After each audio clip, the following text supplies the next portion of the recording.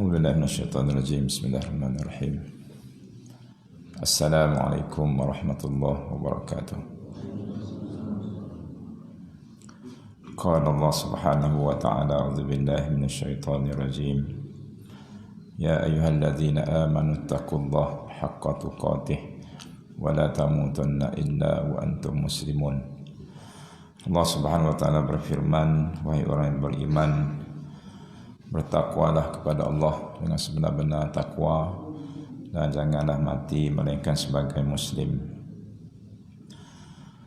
Alhamdulillah, wassalatu wassalamu ala Rasulillah wa ala alihi wa sahbihi wa man walah.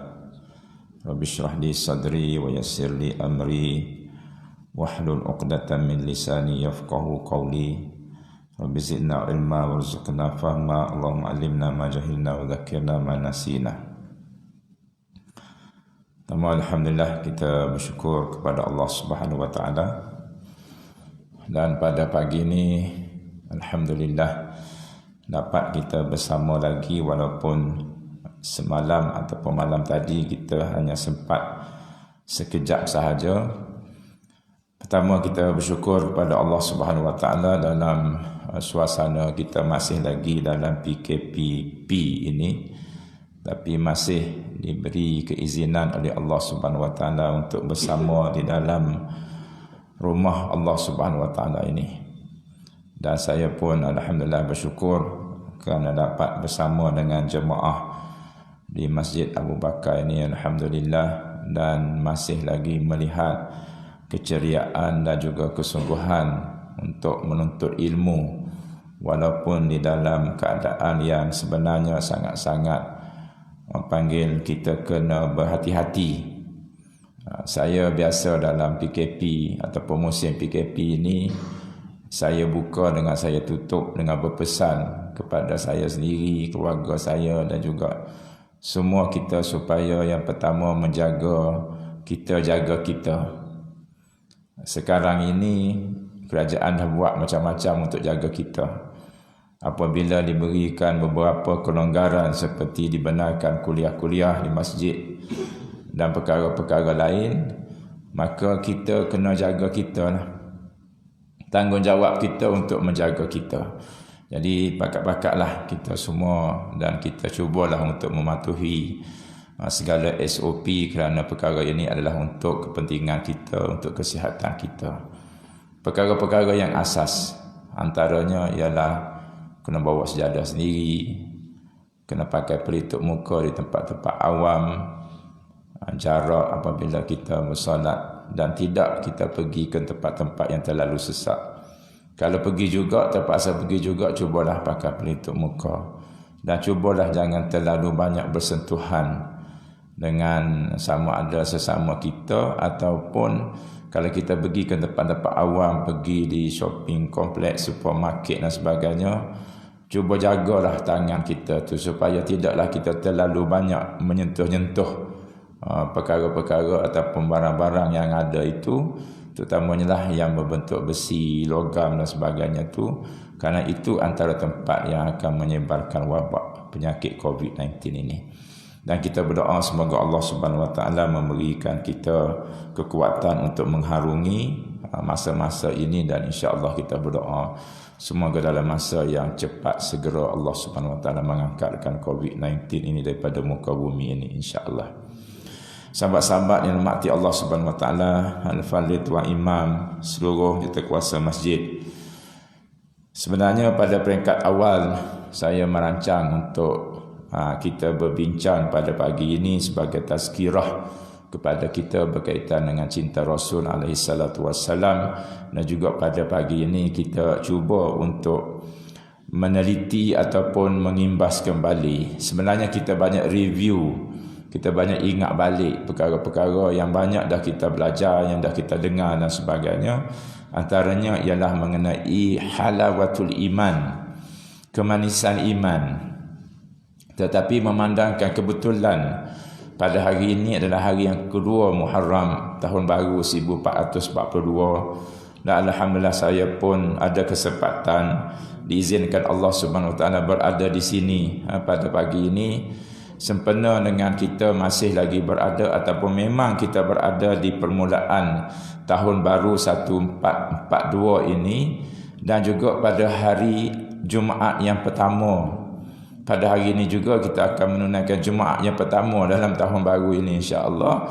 Dan di sini saya sukalah pada pagi ini untuk merujuk kepada tema kita pada tahun ini, Hijratul Rasul ataupun Ma'al Hijrah, yang kita selalu sebutkan, kita gunakan di negara kita ini, iaitu umat ataupun ummah Rabbani, masyarakat harmoni.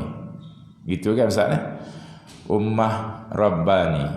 Jadi saya memilih tajuk pada hari ini untuk kita berkongsi berkaitan dengan, dalam bahasa Arabnya saya sebut kaifa akunu rabbaniyan. Macam mana kita nak jadi rabbani? Dan rabbani saya sebutlah bukan nak jadi anggota kumpulan rabbani. Tu kalau nak jadi boleh, tapi kita minta dengan puak dia lah.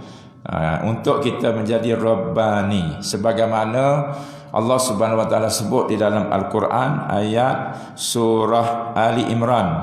Ayat surah Ali Imran ayat 79.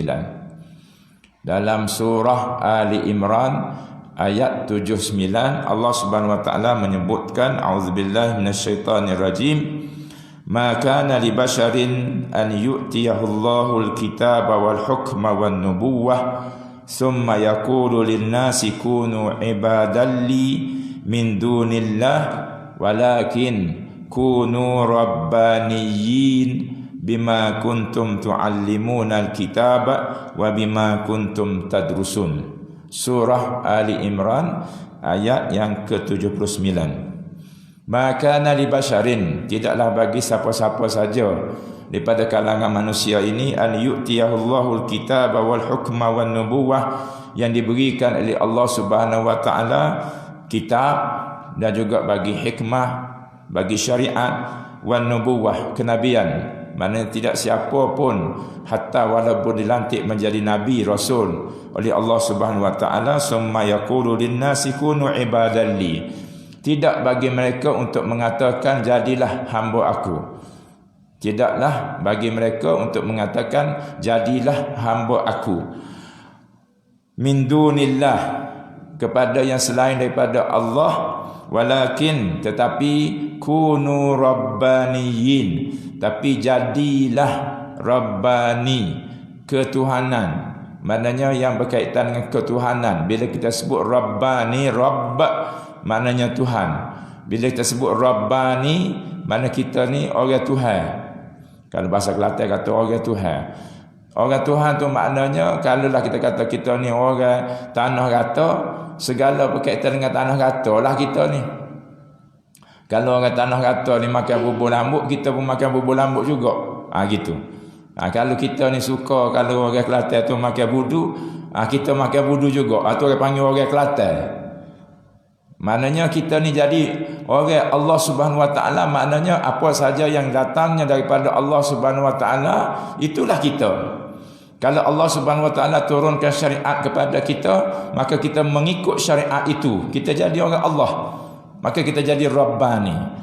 Kalau Allah Subhanahu wa taala perintahkan kepada kita untuk solat, kita solat. Itu maknanya kita rabbani, kita mengikut Tuhan.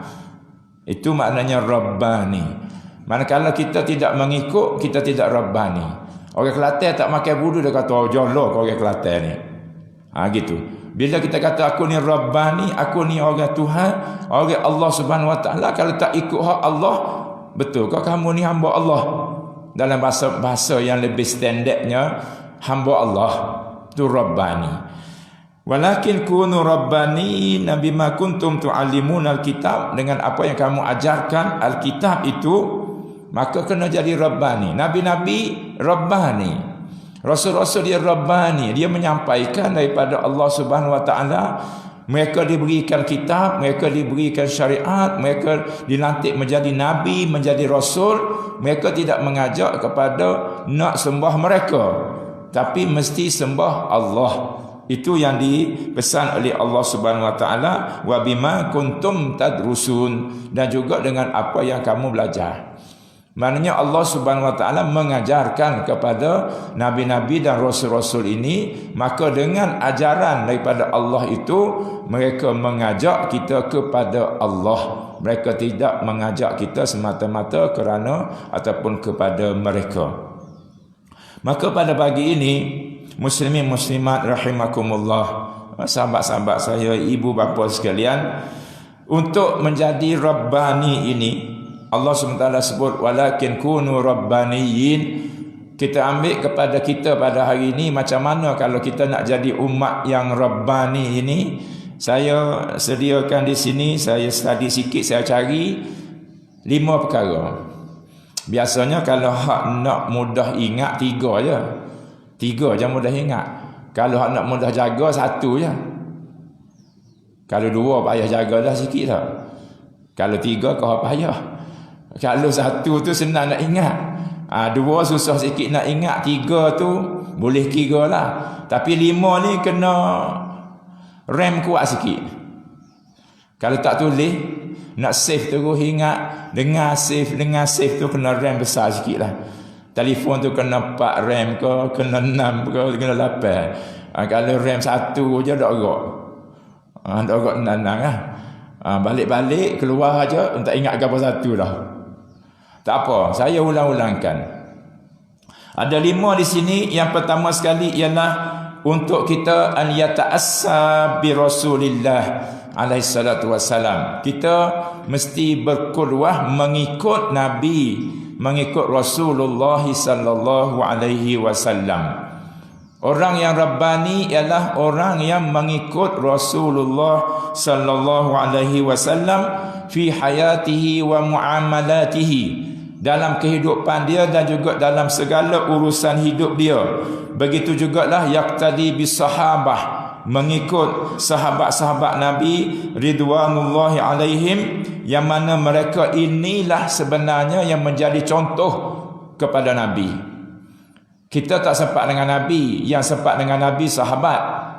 Tabi'in, dia tak sempat dengan Nabi, dia hanya sempat dengan sahabat.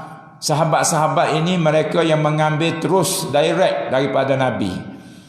Sunnah sama ada yang kita sebut sebagai hadis, yang marinya daripada Nabi SAW diambil oleh para sahabat terus daripada Nabi.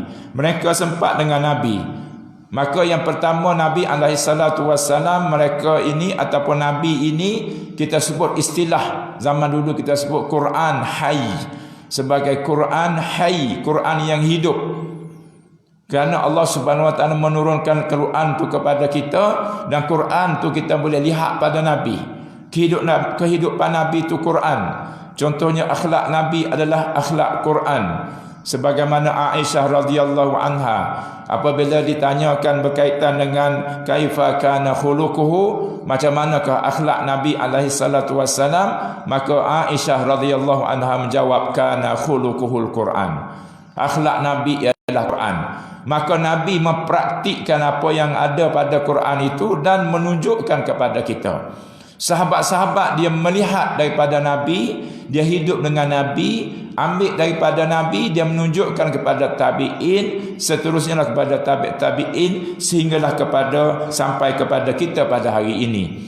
Jadi kita nak melihat contoh yang pertama daripada Nabi diambil oleh sahabat radhiyallahu anhum, maka kita juga kena melihat kepada sahabat kerana mereka mengambil daripada Nabi alaihi salatu wassalam. Dan juga kita mesti berusaha supaya kita akan mencapai redha Allah Subhanahu Wa Taala. Yang pertama, untuk menjadi Rabbani ialah kita mesti berqudwah ataupun mengikut Nabi alaihi salatu wassalam, dan juga mengikut contoh daripada para sahabat ridwanullahi alaihim jami'an. Itu yang pertama, ikut Nabi. Yang kedua ialah an yakuna qariban min rabbih azza wa jalla, dekat dengan Allah. Orang yang nak jadi Rabbani mesti dekat dengan Allah. Macam mana kita mendekatkan kepada Allah ataupun nak mendekati Allah Subhanahu Wa Taala? Sebagaimana disebut oleh Nabi alaihi salatu wasallam dalam hadis, ma yazalu abdi yataqarrabu ilayya bin nawafil hatta uhibbah. ma yazalu abdi yataqarrabu ilayya bin nawafil hatta uhibbah. Yang pertama untuk dekat dengan Allah Subhanahu wa taala ialah kita mesti berusaha dengan sesungguhnya untuk melaksanakan segala ketaatan kepada Allah. Yang kedua, untuk jadi Rabbani ialah mesti dekat dengan Allah. Yang pertama, nak jadi Rabbani mesti mengikut Nabi SAW. Yang kedua, mesti dekat dengan Allah. Nak dekat dengan Allah Subhanahu wa taala, yang pertama sekali ialah dengan melaksanakan ketaatan segala perkara yang fardu dan wajib. Yang kedua ialah dengan berusaha melaksanakan perkara-perkara yang sunat, yang kita namakan sebagai nawafil. Kalau kita ambil contoh kepada tuntutan ataupun kepada ketaatan yang paling besar sekali ialah as-salah. As-salatu imaduddin. Salat sebagai tiang agama. Faman aqamaha faqad aqamaddin wa man tarakaha faqad hadamaddin. Siapa yang mendirikan solat, dia telah menguatkan agama. Siapa yang meninggalkan solat, dia meruntuhkan agama. Maka kalau kita ambil sebagai solat, satu cara untuk al-qurbu minallah, untuk dekat dengan Allah, ialah yang pertama kita berusaha untuk jaga as-salawatul khams. Jaga salawat, jaga solat yang 5. Itu adalah ketaatan yang tahap pertama, iaitu fardu ataupun wajib. Yang kedua ialah kita menjaga as-salawat an-nawafil. Kita jaga solat-solat sunat. Antaranya yang dijamin syurga oleh Nabi SAW berdasarkan hadis, siapa yang menjaga 12 ataupun 10 rakaat nawafil ini, yang kita panggil sebagai kapit waktu. Ada 10 yang sunat muakkad. Sebenarnya ataupun apabila dirujuk kepada hadis Nabi yang menyebutkan 10 ataupun 12 ini, ialah sunat-sunat sebelum dan juga setelah solat fardu. Ada 12 ataupun 10 yang sunat muakkad. Yang selain daripada itu sunat biasa yang tidak muakkad. Maknanya kalau kita ambil sebagai contoh untuk dekat dengan Allah Subhanahu wa taala, kalau kita ambil solat, pertama jaga solat fardu, yang kedua jaga solat sunat. Dan banyakkan solat-solat sunat ini selain daripada nawafil. Kita ada antara solat yang jarang ditinggal oleh Nabi SAW, witir. Dan witir, aqallul witir rak'ah. Paling sikit witir 1 rakaat. Lepas 1 apa lepas 1? Hak bawah sikit pada 1. Tak ada kan? Maknanya 1 ni hak paling sikit. 1 tu hak paling sikit. Kalau nak lagi sikit lagi tak ada dah. Mana kalau kita kata nak juga witir tapi nak hak sikit lagi, tak ada. Nak semayang, nak cari semayang mana paling sikit sekali? Witir. Tarawih ada 1? Tak ada. Semayang sunat sebelum selepas ada 1? Tak ada. Ada 1 ni witir je. Antara yang jarang ditinggal, antara sunat muakkad yang jarang ditinggal oleh Nabi SAW. Yang kedua ialah duha. Duha yang paling sikit 2 rakaat kita boleh buat. Dan Nabi buat sampai 8 sampai 10 rakaat duha. Kita kalau boleh buat 2 pun tak apa. Kalau buat sampai 8, duduk setengah jam di surga, bos cari. Duduk mana? Duduk surga, duduk semaya duha. Kerja tak sudah, tak boleh. Kita buat hak sunat, hak wajib tinggal, tak boleh. Kalau bos bagi tak apa. Bos, saya nak setengah jam rehat ni, saya nak pergi sunat duha, saya nak semaya hari ni 10 rakaat. Bos bagi tak apa. Buatlah kalau rajin. Tapi sikit pun boleh buat 2. Yang ketiga yang jarang ditinggal oleh Nabi SAW ialah sunat tahajud. Sehingga kan diriwayatkan bahawa Nabi tak pernah dia tinggal tahajud. Dan tahajud ini setiap malam dia buat. Dan akhirnya ditutup dengan witir. Mana kalau kita nak buat Yang pertama sekali, jaga solat fardu kita. Yang kedua, jaga solat-solat sunat hak selepas dan juga sebelum kita solat fardu. Tambah dengan witir 1 rakaat, tambah dengan duha 2 rakaat, dan kalau boleh malam itu tahajud itu adalah 2 rakaat. Jadi paling-paling tidak kita buat tu. Dan tahajud pun Nabi SAW ajar kepada kita, dia tidak ajar hak susah. Nabi ajar kepada kita kalau nak tahajud, dan tahajud ini pada mazhab pandangan dalam mazhab kita ialah setelah kita tidur pada waktu malam. Ada kata tidur kena lepas 12 malam, tapi ada kata tidur ini hanya tidur saja, tak kira lah tidur bila-bila pun. Tapi kalau nak panggil ataupun kalau kita nak qiyam al-lail, nak kita sebut sebagai qiyamul lail, solatul qiyam, lepas isyak tu dah kira solatul qiyam. Sebab itulah tarawih kita namakan sebagai qiyam, sebab dilaksanakan lepas isyak. Tapi kalau nak tahajud, nak solatul tahajud, ulama kita nak letaknya ialah selepas daripada waktu tengah malam dan juga selepas daripada kita tidur. 2 rakaat saja. Dan Nabi suruh start dengan Nabi suruh start slow-slow. Buatlah 2 dulu. Buat dua dulu, lepas tu rajin sikit buat 4 pula. Sampailah kepada umur 75 barulah nak buat 8. Lutut pun lembek dah masa tu. Masa muda dulu buat 2 je. Masa umur 30 2 je. Masa umur 40 tambah 4. Masa umur 50 tambah 6. Masa umur 70 tambah jadi 8. Akhir-akhir 75 baru nak buat 8. Tak gerak dah masa tu. Cubalah daripada sekarang ini insya-Allah, tetapi kita cuba dengan yang ringan dulu. Nabi kata tak payah lama-lama. Dan ulama kita banyak bagi panduan kepada kita. Tak semestinya kita dengar kawan kita, sahabat kita yang dah lama dah tadrib dia, lama dah latihan dia untuk solat malam ini, dia boleh berjaga setengah jam setiap hari, dia boleh berjaga 1 jam, dia bangun pukul 5 lagi dia boleh. Kita pun terus nak bangun pukul 5 juga. Ajar sikit-sikit. Ajar 5 minit sebelum subuh, lepas tu ajar 10 minit pula sebelum subuh, lepas tu setengah jam sebelum subuh. 1. Yang kedua, bangun tu buat relax-relax dulu. Kita mula-mula ni bangun saja, tak apa dulu. Bangun je sebelum subuh 5 minit awal, mandi-mandi subuh dah, tak apa. Lepas tu 10 minit pula, 10 minit pula sempat baca qul huwallah je, tak apa. Tak sempat solat lagi.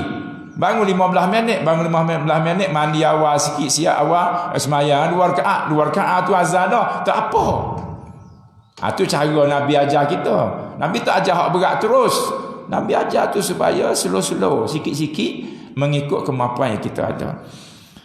Yang ketiga ialah supaya kita ini membesarkan ataupun meningkatkan ketakutan kita kepada Allah yang kita namakan sebagai khasyah. Innama yakhshallah min ibadihil ulama. Yang takut kepada Allah daripada kalangan umatnya adalah ulama. Khasyah ini takut sehingga kita mentaati Allah. Kita bukan takut sebab takut rima. Kita takut rima tu khauf. Kita takut ke rima, lagi takut lagi lari. Tapi takut kepada Allah, makin takut makin dekat. Itu beza khasyah. Khasyah itu maknanya kita rasa takut, gerun kepada Allah sehingga menimbulkan ketaatan dan juga menimbulkan raja, harap kita kepada Allah Subhanahu wa taala. Itu makna khasyah. Kita tingkatkan ketakutan kita kepada Allah, dan untuk meningkatkan ketakutan kepada Allah mesti kita hadirkan, cuba kita hadirkan dalam hati kita kebesaran Allah. Dalam segala perkara kita letak bahawa Allah paling besar sekali, Allah paling hebat sekali. Aku usaha macam mana sekalipun Allah tak bagi, tak jadi. Aku buat macam mana sekalipun, kalau Allah tak izin, tak jadi. Kalau aku takut macam mana pun, kalau Allah Subhanahu wa taala tak jadikan apa-apa, maka tak jadi. Kita letakkan segala-galanya kepada Allah Subhanahu wa taala. Orang nak memudaratkan kita, kalau Allah tak izin, tak jadi. Kalau manusia ini cuba untuk melemahkan kita, tapi Allah tak izinkan kepada dia, tak jadi. Kita letakkan segala-gala tu kepada Allah Subhanahu wa taala. Bila segala-gala kita letak kepada Allah Subhanahu Wa Taala, barulah kita rasa kebesaran Allah. Ada tak pernah berlaku kita ni bila kita dah besar? Contohnya kita sendiri. Saya, bapa saya seorang orang kampung, buat kerja kampung. Dia pakai motor Honda Cup 70 sampai sekarang ni. Kita balik, kita ada 3 buah kereta. Kita besar ke ayah kita besar?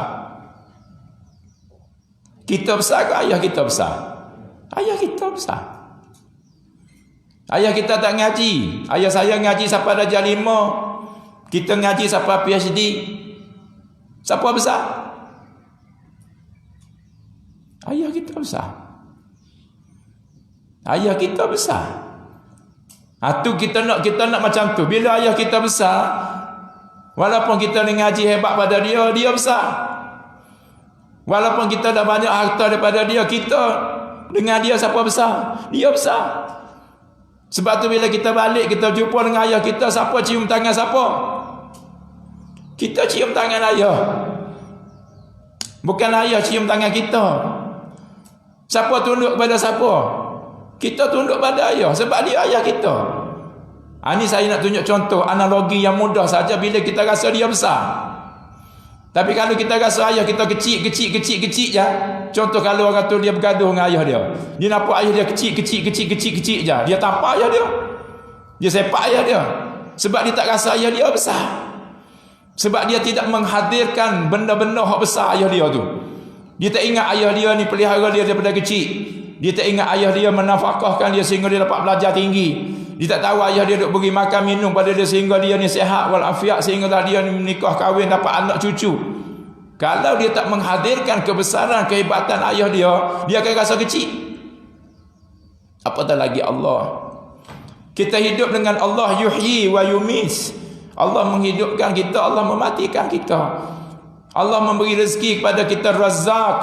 Allah Maha memberi rezeki kepada kita. Hari ni kerja ke kita? Kerja dah hari ni. Kerja dah. Makin kerja dah. Makin cuti. Hari ni kerja dapat gaji dah. Dapat gaji. Makin cuti dapat gaji dah. Dapat juga. Tak kerja boleh gaji. Siapa bagi gaji? Allah. Allah bagi gaji ke kita melalui majikan kita. Budak-budak kecil, anak-anak kita kerja ke? Tak kerja. Makan tak? Makan banyak pada kita. Siapa bagi rezeki? Allah melalui kita. Hadirkan keagungan Allah ini, kehebatan Allah ini, barulah kita akan rasa takut kepada Allah. Bukan aku yang bagi rezeki pada anak aku. Aku suap pada anak aku tu mari daripada Allah. Kalau Allah tak bagi ke aku pun tak boleh nak suap pada anak aku tu.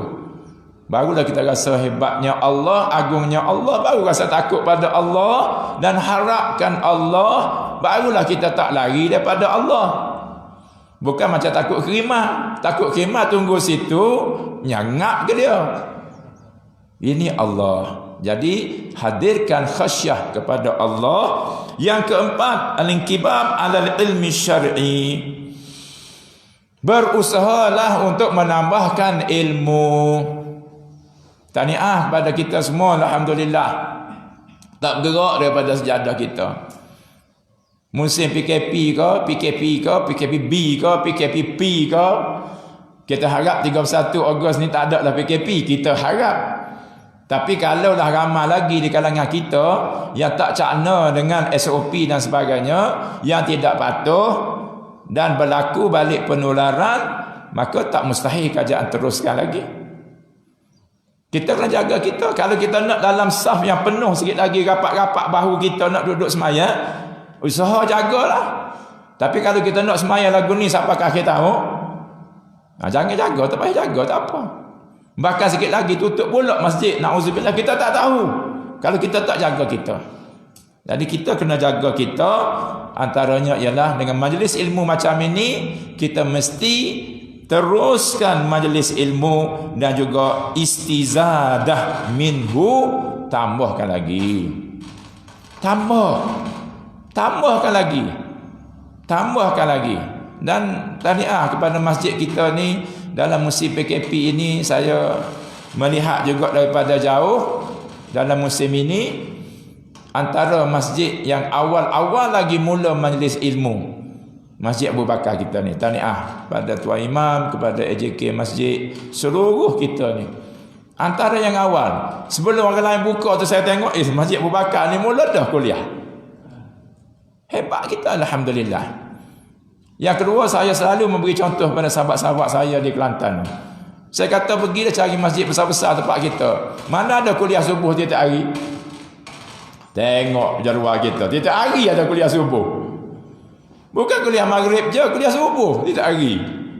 Hari kerja jemaah kuliah subuh. Kelantan kalau hari kerja tak ada kuliah subuh. Kalau hari bekerja tak ada kuliah subuh. Tu hebat, alhamdulillah. Dan yang ketiganya ialah berusaha untuk tambahkan juga ta'limuhu linnas, mengajarkan. Sebab sebaik-baik ilmu itu ialah, contoh kita ambil Quran, khairukum man ta'allamal Qur'ana wa 'allamah. Sebaik-baik kamu ialah yang belajar Al-Quran dan juga mengajarkan. Jadi yang keempat ini untuk menjadi Rabbani, banyakkan, tambahkan ilmu, bahkan banyakkan ilmu-ilmu yang kita belajar ni. Begitu jugalah dengan pengajaran ilmu. Dan tahniah pada pihak masjid kita sekali lagi kerana sentiasa menambahkan, sama ada tambahkan jenis ilmu yang belajar, tambahkan ustaz asatizah kita yang mari untuk menyampaikan ilmu. Kerana bila bertambahnya asatizah, maknanya akan berlaku kepelbagaian ilmu. Macam-macam yang mereka bawa, macam-macam yang mereka belajar, macam-macam yang mereka kongsi, macam-macam orang. Negeri masing-masing, negeri macam-macam, yang belajar macam-macam. Belajar Saudi ada, belajar Mesir ada, belajar Morocco ada, belajar Jordan ada, macam-macam tempat. Semestinya mereka membawa kepelbagaian ilmu. Ini kehebatan yang ada pada masjid kita, alhamdulillah. Dan yang kelima, yang terakhir, membesarkan dosa kita kepada Allah, merasai besarnya dosa kepada Allah. Yasta'zim az-zamb wa in saghura. Kita rasa besar dosa walaupun dianya kecil. Kita merasakan besar banyaknya dosa kita kepada Allah walaupun kecil. Wa an yastahina bit ta'ah, dan juga rasa kecilnya ketaatan kita kepada Allah sikit. Kita rasa dosa kita besar, dosa kita banyak, tapi ketaatan kita sikit. Kita rasa hak kita tak patuh pada Allah lebih banyak daripada hak kita patuh. Barulah kita boleh dekat dengan Allah, barulah kita akan takutkan kepada Allah, barulah kita akan mengharapkan Allah. Hal inilah yang saya sebut semalam, mana tadi saya sebut. Bila akhir tahun kita baca doa apa semalam, kita kata kita minta ampun daripada Allah. Bila di awal tahun kita minta apa? Kita minta jauh selamat daripada syaitan. Sahabat-sahabat sekalian, muslimin muslimat rahimakumullah. Saya setulah perkongsian saya pada pagi ini. 5 perkara yang saya kongsikan tadi. Kaifa akunu rabbaniyan, macam mana saya nak jadi seorang yang rabbani. Kalau saya rabbani, satu masjid saya ni rabbani, satu daerah saya tanah rata ni rabbani, satu negeri Pahang ni rabbani, seluruh Malaysia tu jadi rabbani, umat kita rabbani, masyarakat kita harmoni insya-Allah. Jadi 5 perkara ini saya ulang balik dalam waktu kecederaan ini. Bukan cedera dah, ni masuk uak dah. Minta maaf sikit. Yang pertama ialah kita mengikut qudwah Nabi SAW dan juga sahabat. Yang kedua ialah kita mesti dekat diri dengan Allah Subhanahu Wa Taala. Yang ketiga, kita akan meningkatkan ketakutan kita, khasyah kita kepada Allah Subhanahu Wa Taala sehingga kita mengharapkan Dia. Yang keempat ialah kita cuba belajar dan menambahkan ilmu yang kita belajar, dan kalau boleh sampai ke tahap mengajarkan. Dan yang kelima ialah kita merasakan besarnya dosa kita kepada Allah dan sikitnya ketaatan kita kepada Allah, sehingga kita sentiasa bertaubat dan kita akan sentiasa rasa rendah diri kecil kita kepada Allah Subhanahu Wa Taala. Jadi insya-Allah sikit perkongsian itu memberi manfaat pada saya sendiri, kepada sahabat sekalian, dan memohon maaflah apa-apa kekurangan pada kali ini. Doakan insya-Allah jam teruk pun insya-Allah, kalau sapa tetap sapa insya-Allah, diizinkan oleh Allah Subhanahu Wa Taala. Kena doa juga tu supaya jam ni makin kuranglah sikit, supaya pihak-pihak berkuasa itu akan diberikan panduan pedoman oleh Allah Subhanahu Wa Taala mencari solusi dia macam mana. Okay? Kita minta taufik hidayah Allah supaya kita yakin pihak-pihak berkuasa ni duk fikir tiap hari nak buat tu, duk fikir dah macam mana nak mengurangkan masalah ni kan, duk fikir, tapi mungkin tak jumpa jalan lagi. Kita doa semoga mereka juga diberikan panduan oleh Allah Subhanahu Wa Taala, jumpalah cari jalan sikit lagi. Kalaulah dengan tak adanya masalah-masalah seperti jam dan sebagainya, saya rasa berganda-ganda lagi orang mari di Tanah Rata ni. Orang mari ke Merah Indah ni masih makin ramai lagi. Ni pun orang takut nak mari ni. Kalau dah takut tu pun jam juga. Kalau pakak nak mari tak ada apa-apa tu, insya-Allah makin ramai orang akan mari dan makin meriah, makin imarah lah masjid kita ni insya-Allah. Dan pada masa yang sama kita mohon pada Allah Subhanahu Wa Taala, Allahumma inna na'udzubika minal barasi wal jununi wal juzam wa min sayyi'il asqam. Ya Allah, ya Tuhan kami, hindarilah kami, jauhilah kami, jagalah kami daripada penyakit sopak, penyakit kusta, penyakit gila, dan juga segala penyakit yang memudaratkan kami seperti COVID-19 ini. Dan kita mohon kepada Allah Subhanahu Wa Taala supaya mengangkatnya daripada kita semua. Rabbana la tu'akhidhna in nasina aw akhtana, Rabbana wa la tahmil alaina isran kama hamaltahu 'alal ladzina min qablina, Rabbana wa la tuhammilna ma la taqata lana bih, wa'fu 'anna waghfir lana warhamna anta maulana fansurna 'alal qaumil kafirin. Rabbana hab lana min azwajina wa dhurriyyatina qurrata a'yun waj'alna lil muttaqina imama. Allahumma faqihna fid din wa'allimna at-ta'wil wahdina siratakal mustaqim. Rabbana atina fid dunya hasanah wa fil akhirati hasanah wa qina azaban nar. Wa sallallahu ala sayyidina Muhammadin wa ala alihi wa sahbihi wa sallam. Aqulu qouli hadza wa astaghfirullahal azim li wa lakum. Assalamu alaikum warahmatullahi wabarakatuh.